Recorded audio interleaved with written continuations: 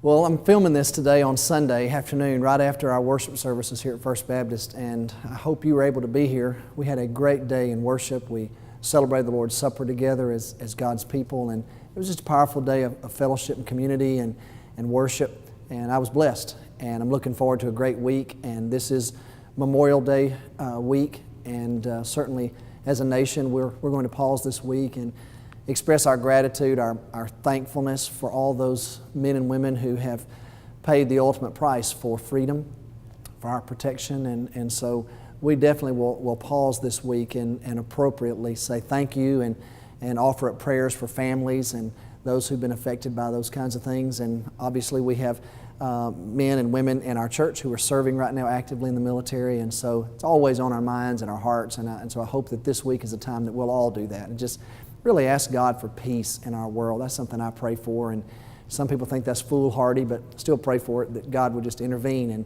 and cause some things to happen miraculously. But this week, as we continue our journey together, we're going to be focusing on Jesus this week and how the gospel really and truly is a message about Jesus. It's centered on Christ. And so I'm going to be asking you to read some of Paul's writings and also some of Paul's experiences where he illustrates that for us. In 1 Corinthians, I'm going to ask you to read this week some of it, and Paul will say that this gospel, that it may be foolishness to some people, it's a stumbling block, he said, during his lifetime, to many of the Jews at the time. He says, but to those of us who believe, it's the power of God unto salvation. It's the answer for us. As a matter of fact, Paul will say to the Corinthians, when I came to Corinth, I was determined to know nothing among you except for Jesus Christ and Him crucified. Well, I can remember years ago when I was in seminary, Dr. McGorman was one of my New Testament professors, and I just loved him and I appreciated his commitment to Christ and his focus on the New Testament.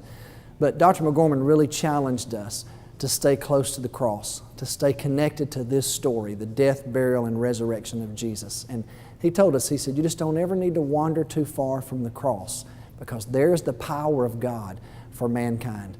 So I would tell you, as we make our way through the journey that we're calling Share, this part of the journey, we don't want to wander too far from the cross. We want to make sure that we have a deeper and better understanding of who Jesus is and what Jesus has done for us, and make it a part of our everyday lives. As I shared with you this morning in worship, the gospel is not just a message to people who are lost. It is that. It's not just a message of salvation. It is that. But it's really a way of life. It's something that has a claim on us, and my life is supposed to be shaped by the power of the gospel as a follower of Jesus. So I hope that you're becoming that closely connected to it. I know many of you are, and that's what we're really sharing with our community. We share what's important to us. I can guarantee you this week I'm going to be in lots of conversations with people, and I'm going to make a prediction. I guarantee I'll talk to people this week about the Mavericks. I'm going to talk to them about the Rangers.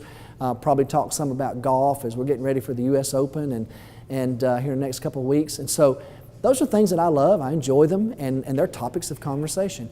But I hope that I spend as much time talking to people about the things that really matter to me, and that would be the claims of the gospel on my life. So I'm praying for myself this week that I'll be tuned in, that I'll be able to take advantage of opportunities, that I'll be able to walk through doors, and I will be able to just share this message of hope. It's a message of love. It's a message of life.